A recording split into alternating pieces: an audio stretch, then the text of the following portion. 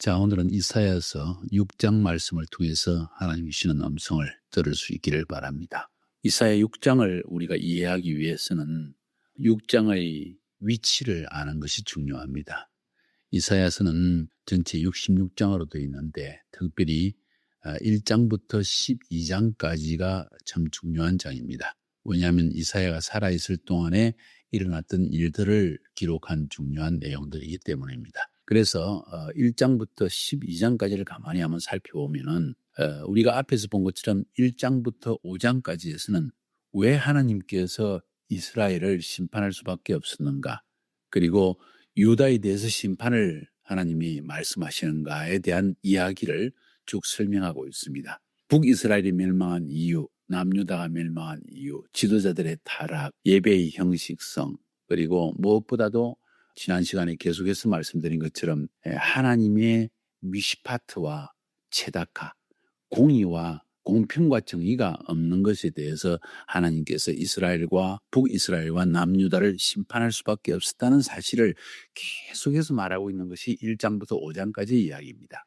그런데 갑작스럽게 6장에 한 사건이 끼어듭니다. 그것은 소위 말해서 이사야의 소명장, 이사야가 하나님으로부터 콜링을, 부르심을 받는, 그리고 하나님의 미션을, 사명을 받는 장을 우리에게 보여주고 있습니다. 그 다음 6장 이후에 7장부터 12장까지에서는 유다가 당하였던 굉장히 어려운 시기에 이사야가 이 유다에 대해서 한 예언들의 내용이 쭉 나오고 있습니다. 그 7장부터 12장까지에서는 구체적으로 그 당시에 무슨 일이 있었는가를, 역사적 사건을 구체적으로 이야기를 하면서 하나님께서 그 구체적인 사건에 대해서 예언을 하는 이야기를 들려주고 있습니다. 좀 더 구체적으로 말씀을 드린다면은 북쪽으로는 아수리아가 대제국이 일어나가지고 북이스라엘과 아람을 멸망시키고, 그리고 남유다까지 침공하려고 남쪽으로 서쪽으로 아수리아가 공격을 해옵니다.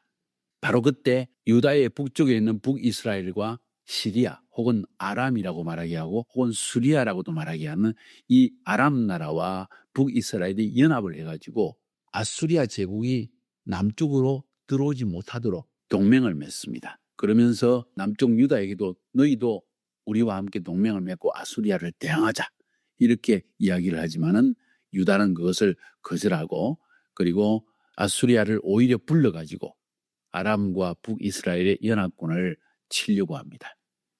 자, 이런 시기에 하나님께서 남유다에 대해서 뭐라고 말씀한지는 내용을 말하고 있는 것이 7장부터 12장까지 내용입니다. 그래서 1장부터 5장까지에서는 하나님이 왜 북이스라엘과 유다를 심판하신가는 이야기를 말하고 있고, 7장부터 12장까지에서는 그 하나님의 심판 가운데에서도 하나님이 유다 백성을 구원해 주실 것이라는 이런 소망의 메시지가 전파되고 있습니다.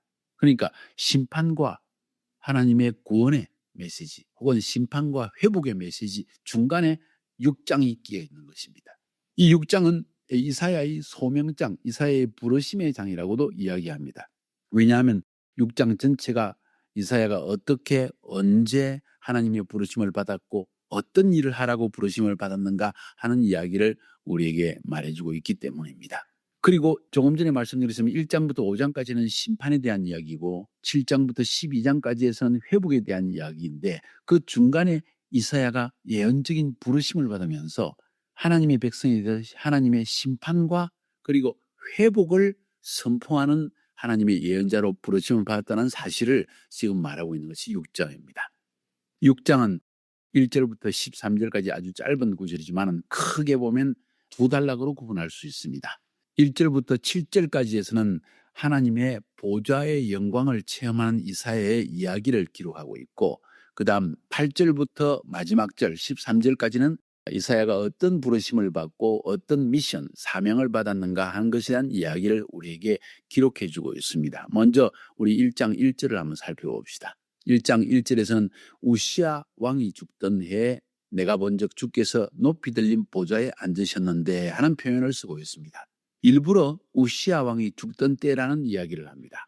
우시아 왕이 죽던 때가 언젠가 하니 BC 739년 정도가 됩니다. 그때는 어떤 때인가 하니 아수르의 대왕이었던 디글랏 빌레셀 3세가 북이스라엘을 완전히 침공하고 수도 사마리아를 파괴하고 북이스라엘 백성들을 포로로 잡아가지고 아수리로 잡아가고 유다의 여러 도시들도 황폐화를 시켰던 그런 시기입니다. 그러니까 하나님의 심판이 시작되는 때입니다.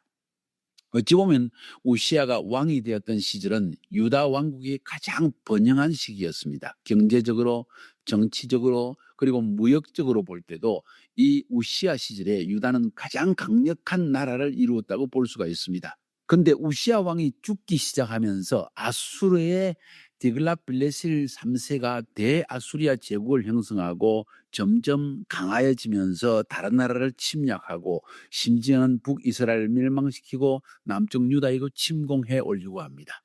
자, 그러니까 우시아가 죽던 해는 굉장히 유다 나라로서는 중요한 해였고 이사야가 볼 때 우시아 왕이 죽었다는 사실이 어찌 보면 이사야에게는 굉장히 충격적인 사건이고 유다의 운명에, 유다라는 나라의 운명에 굉장히 중요한 전환점을 이루는 그런 시기였다는 걸 알 수가 있어요. 바바로드니 풍트라는 거예요.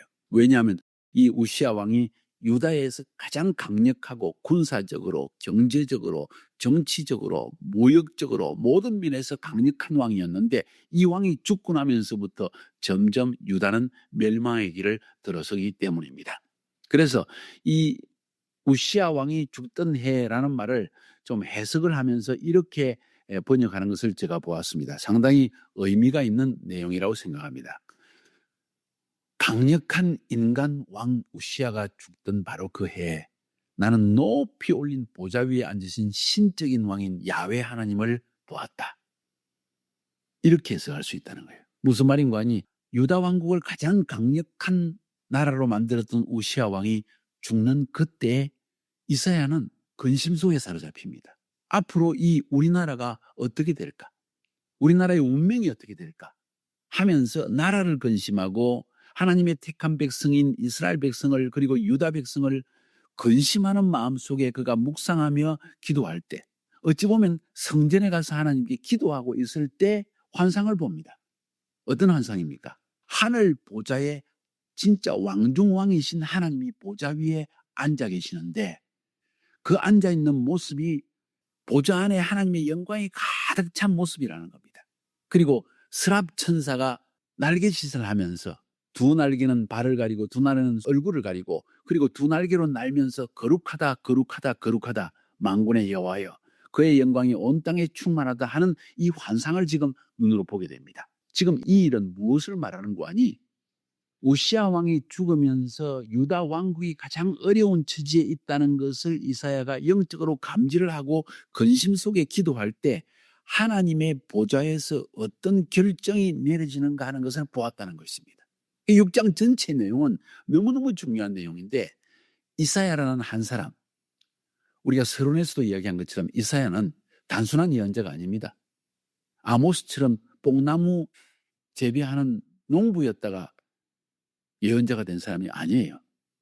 이사야는 어쩌면 왕과 친척 관계에 있었고 어쩌면 제사장 중에 한 명이었고 궁중에 마음대로 들락날락하는 높은 지위에 있는 사람이면서 정치적인 것을 다 눈으로 간파할 수 있는 왕과 신하들이라는 이야기를 다 듣고 분석할 수 있는 이런 높은 지위에 있는 사람이라는 걸 알 수가 있습니다. 그가 지금 아수르의 제국이 일어나며 남유다가 점점 아수르 왕이 교만해져서 문둥병에 걸려가지고 나중에 죽게 되는 하나님의 심판을 받게 되는 이런 모습을 보면서 유다가 점점 쇠퇴하는 점점 약해지는 모습, 점점 영적으로 넘어지는 모습을 보면서 근심하는 가운데 기도했을 때 그는 하나님의 보좌에서 하나님이 뭘 계획하고 있는지 하나님이 뭘 결정하고 있는지 그 사실을 보았다는 것이 엄청 중요한 내용입니다. 오늘날 예수 믿는 사람들이 우리가 하나님을 섬기며 살아갈 때 단순히 주일 성수하는 것으로 만족할 것입니까? 10의 1조하는 것으로 만족할 것입니까? 설교에서 한 사람 구원받는 것으로 만족할 것입니까? 저는 이 이사야 6장을 읽으면서 특별히 크리스찬 가운데서 이사야와 같이 부르심을 받는 사람이 있어야 된다는 생각을 저는 가지게 됐습니다. 무슨 말이냐? 인류의 역사를 주관하시고 나라와 민족의 흥망성쇠를 주관하시는 나라가 망하고 흥하는 것을 하나님이 다 손안에 있다는 것을 알고 있는 사람. 그러면서 지금 우리 민족과 우리나라의 영적인 상태와 도덕적인 상태를 쳐다보면서 과연 이때 하나님이 뭘 생각하고 있을까? 하나님이 뭘 계획하고 있을까? 하는 것을 정말 신중하게 볼 수 있는 눈을 가진 사람이 있어야 한다는 것입니다. 이사야가 바로 그런 사람이었고, 이사야가 예언자들 가운데서 가장 위대한 예언자로서 66장에 걸치는 긴 예언을 쓸 수 있었던 그 이유도 그의 눈이 벌써 아주 넓었고 깊었고 멀리 볼 수 있는 눈이 있었기 때문에 이런 예언을 쓸 수 있었다는 것입니다. 그래서 6장 전체는 바로 이사야가 하늘 보좌에서, 왕중왕이신 하늘 보좌에서 하나님께서 유다에 대해서 어떤 계획을 가지고 있으며 앞으로 하나님이 뭘 하시기로 결정하셨는가 하는 사실을 보여주는 것이 6장이기 때문에 굉장히 중요하다는 것입니다. 자, 그러면 거기서 무슨 일이 일어났습니까? 1절부터 7절까지 보니까 지금 6장 전체는 그 하늘 보좌의 환상을 본 이사야의 이야기입니다. 6장 전체가 그 이야기입니다. 그러면서 그 안에서 하나님이 어떤 결정을 했는가 하는 사실을 이사야가 깨닫게 되어집니다. 그리고 그 깨달음이 이사야의 일평생 예언 사역에서 이사야가 흔들림이 없이 하나님 중심으로 예언을 선포할 수 있었던 강한 믿음과 물러서지 않은 원인이 바로 여기에 있는 것입니다. 심지어 탈무드에 의하면, 유대인의 전성에 의하면 이사야가 므낫세 왕에 의해서 통나무 안에 들어가서 톱으로 통나무와 함께 몸이 쳐져서 죽었다고 하는 그런 전성이 있다고 하지 않습니까? 그런 가운데에서도 이 이사야가 조금도 믿음이 흔들리지 아니하고 자기 목숨을 아까워하지 아니하고 끝까지 예언을 할 수 있는 이유가 무엇이냐? 바로 오늘 이 하나님의 부르심을 받는 나라와 민족을 염려하는 가운데 하나님께 보좌 안에서, 성전 안에서 기도하면서 하나님의 환상을 보면서 하나님이 하실 일을 너무나 분명히 깨달아 아는 이 사건이 그의 일평생 하나님의 사역을 두려움 없이, 사람을 두려워하지 않고 예언하며 선포하며 살 수 있었던 원인이 있다는 사실을 저는 알게 되는 것입니다. 6장을 제가 두 단락으로 구분한다고 했습니다. 1절부터 7절까지, 그리고 8절부터 13절까지입니다. 1절부터 7절까지는 그가 부르심을 받을 때의 그 모습을 이야기하고 있습니다. 우시아 왕이 죽던 때 그가 성전에서 기도하고 있다고 저는 생각합니다. 스랍 천사를 보았습니다. 거룩하다 거룩하다 거룩하다 만군의 여호와여 하면서 하나님의 그 성전 안에서 거룩하신 하나님, 세상과 구별되신 하나님, 하나님으로서 인간과 구별되신 하나님이 보좌에 앉아있는 모습을 보게 됩니다. 그리고 그 하나님의 영광, 하나님의 임재가 성전 안에 가득 차고 온 땅에 충만한 모습을 보게 됩니다. 그 하나님의 임재 때문에 문지방도 흔들리고 성전의 연기도 가득 차게 됩니다. 하나님의 임재가 나타날 때마다 연기에 대한 이야기가 나옵니다. 구름에 대한 이야기가 나옵니다. 번개에 대한 이야기가 나옵니다. 지진에 대한 이야기가 나옵니다. 이사야서도 마찬가지로 이사야도 성전에 있는 보좌에 앉아있는 하나님의 모습을 볼 때 그 모습을 보게 됩니다. 그때 거룩하신 하나님을 앞에 선, 거룩하신 하나님 앞에 선 이사야는 자신이 얼마나 추악한 죄인인 것을 깨닫게 됩니다. 그래서 이렇게 고백합니다. 화로다 나여 망하게 되었도다. 나는 입술이 부정한 사람이요 나는 입술이 부족한 백성 중에 거주하면서 만군의 여호와이신 왕을 배웠습니다. 왕으로 표현합니다. 우시아 왕은 죽었습니다. 이제 진짜 왕이신 하나님을 보게 됩니다. 근데 그 왕은 인간 왕과는 너무나 구별되어진 거룩하신 왕이었습니다. 그 거룩성, 영광, 하나님의 임재 그 앞에서 이사야는 자기 자신의 모습이 너무나 더럽고 추하고 입술도 추하고 더럽고 한 사실을 깨달아가게 됩니다. 이 부분에서 우리가 뭘 깨달은 줄 아십니까? 1장부터 이사야서 1장에서 5장까지 해서 이사야가 자기 백성들을 향해서 선포한 내용이 무엇입니까? 더럽다는 것입니다. 도덕적으로, 영적으로 타락했다는 것입니다. 지도자들의 타락, 여인들의 타락, 계속해서 미슈파트와 제다카가 사라진 내용을 이야기하면서 너희들은 하나님의 거룩에서 벗어난 자들이다. 세상과 구별된 것이 아니라 세상과 짝을 하며 살고 있다는 사실을 이야기하지 않았습니까? 이사야는 그 백성들을 자기 자신과 동일시하고 있는 것입니다.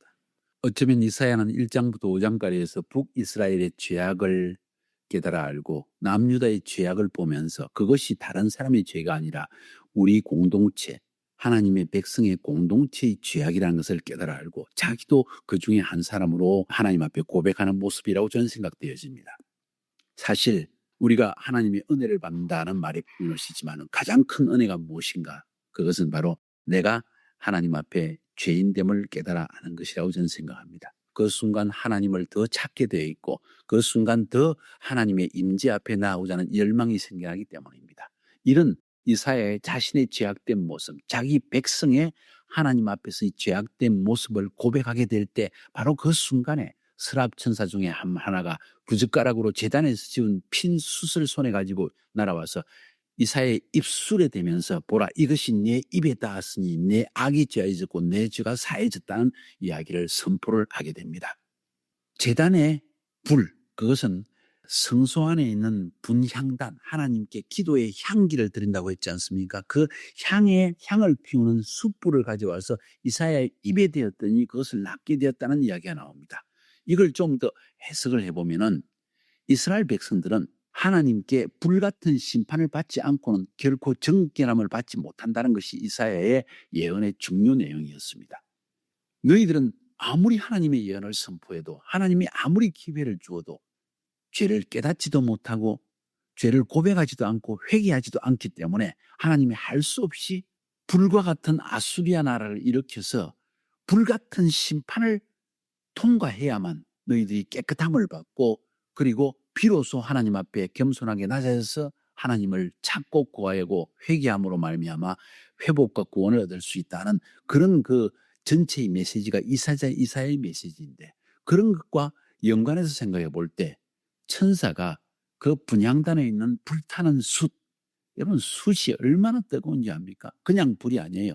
숯불 자체의 불은 몇백 도가 됩니다.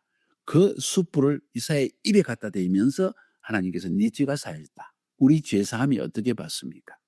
하나님 앞에 극렬한 징계의 순간, 불같은 심판과 하나님의 연단을 지나가면서 우리는 조금씩 정결케 되는 것입니다. 그런 의미에서 하나님께서 그 죄단 숯불을 떼가지고 이사야의 입술에 갖다 대어버립니다. 이스라엘 백성들이 앞으로 이런 불같은 하나님의 연단을 지나갈 것을 예언하고 있는 것이라고 볼 수가 있습니다. 이제 그것이 1절부터 7절까지의 이사야의 개인적인 하나님의 부르심의 체험입니다. 깊은 인식입니다. 내 민족의 죄악에 대한 인식이고 우리나라의 운명에 대한 인식이고 그것을 보는 안목이고 눈입니다. 그때 이사야가 주님의 음성을 듣습니다.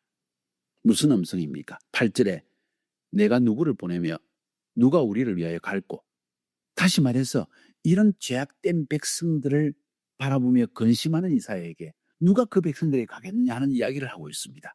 그때 이사야가 내가 여기 있나이다.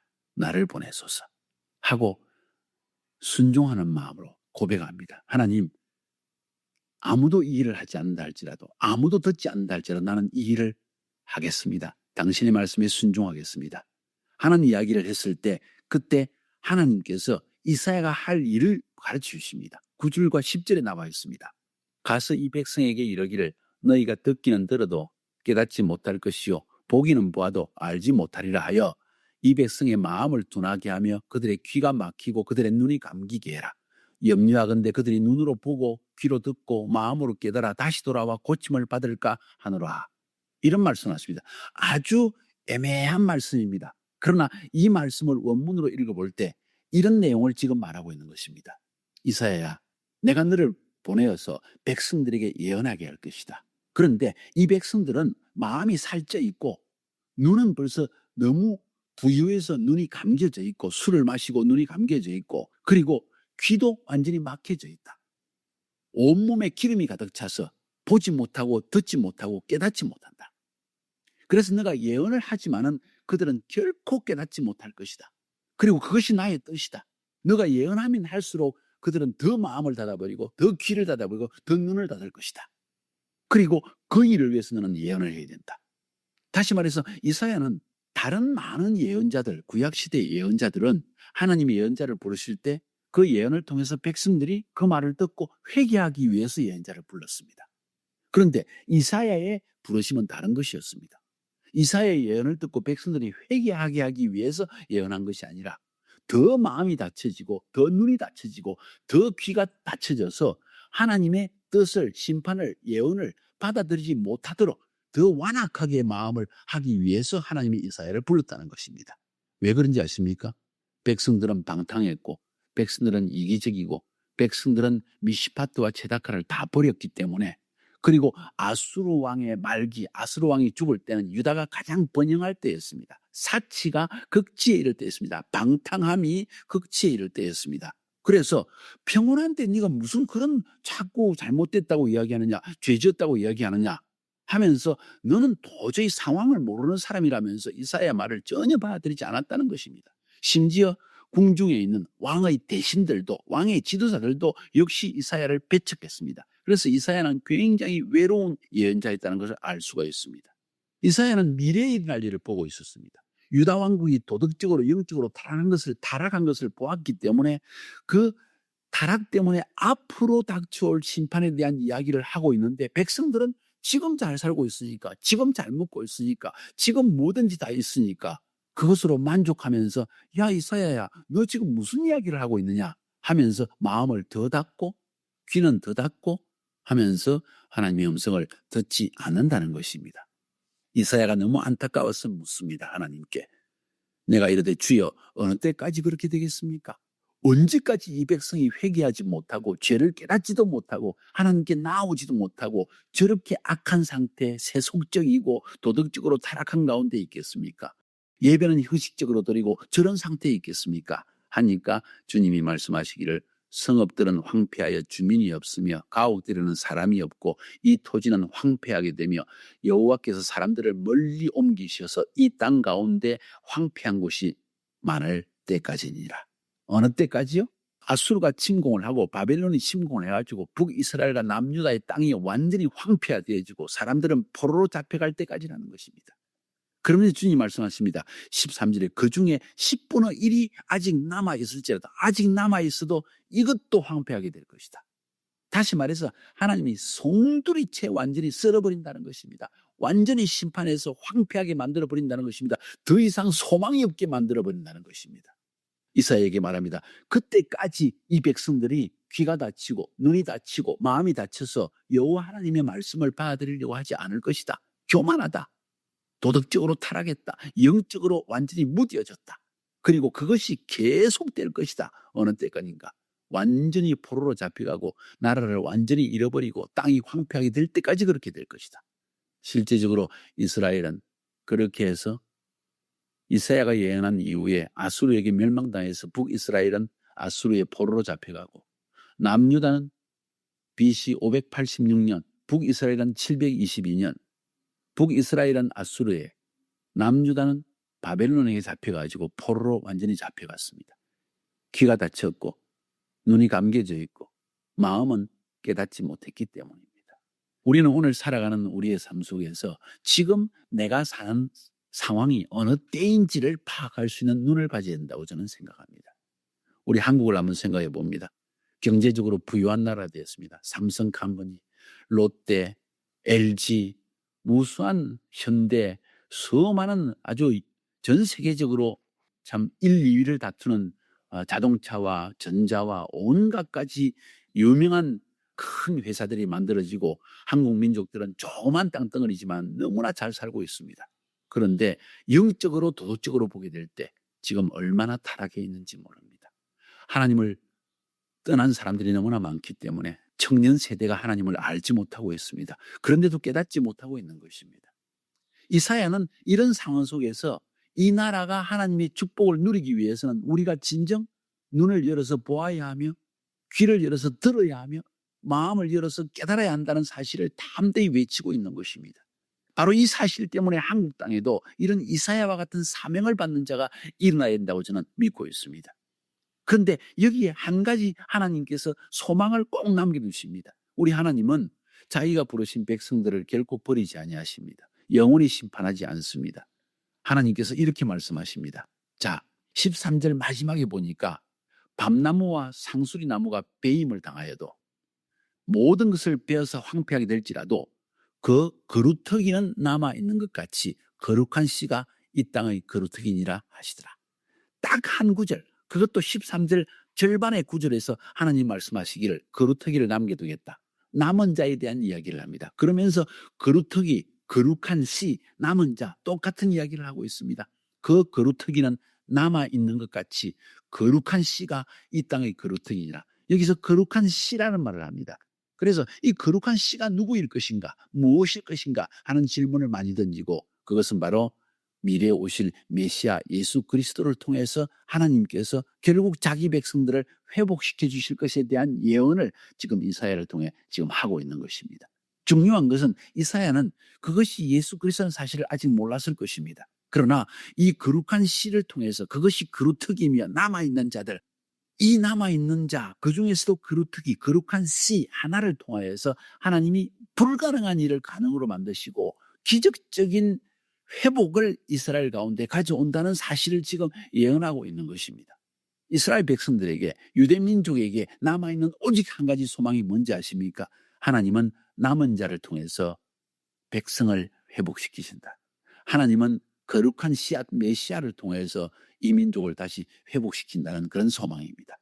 우리의 삶에 한번 적용을 시켜볼까요? 가장 민족, 러시아 민족, 한국 민족, 터키 민족, 미국 민족, 아랍 민족, 많은 민족이 있습니다. 모든 민족들이 하나님을 대항하여 하나님의 징계를 받고 심판을 받습니다. 그러나 하나님은 그 가운데서 반드시 남은 자를 남겨놓으신다는 것입니다. 그 남은 자를 통해서 하나님은 거룩한 일을 다시 새롭게 시작하시고 그 민족과 나라 전체를 회복시키는 일도 하신다는 것을 우리는 이 본문을 통해서 깨달아 알 수 있는 것입니다. 자, 6장 전체를 통해서 제가 어떤 메시지를 저는 깨달아 알게 되었을까요? 여러분은 6장 전체를 본문을 읽고 저의 설교를 들으면서 무엇을 깨달아 알게 되어집니까? 그것은 하나님께서 그 시대에 남은 자 한 명 이스라엘을 통해서 그 민족의 영적 상태를 계속 외치게 한 것처럼 지금도 우리 민족과 우리의 현실 속에서 외치는 자, 남은 자, 하나님의 뜻을 깨달아 하는 자, 하나님의 보좌에서 하나님이 계획하시고 결정하는 일이 무엇인지를 영적으로 감지하면서 그것을 외치며 예언하는 자가 일어나야 한다는 사실입니다. 저는 여러분들이 그런 사역에 쓰임받기를 바라고, 저는 여러분이 그런 일을 위해서 눈이 뜨여지고 귀가 열려지고 마음으로 깨달아지는 그런 하나님의 사람들이 되기를 주님의 이름으로 축복합니다.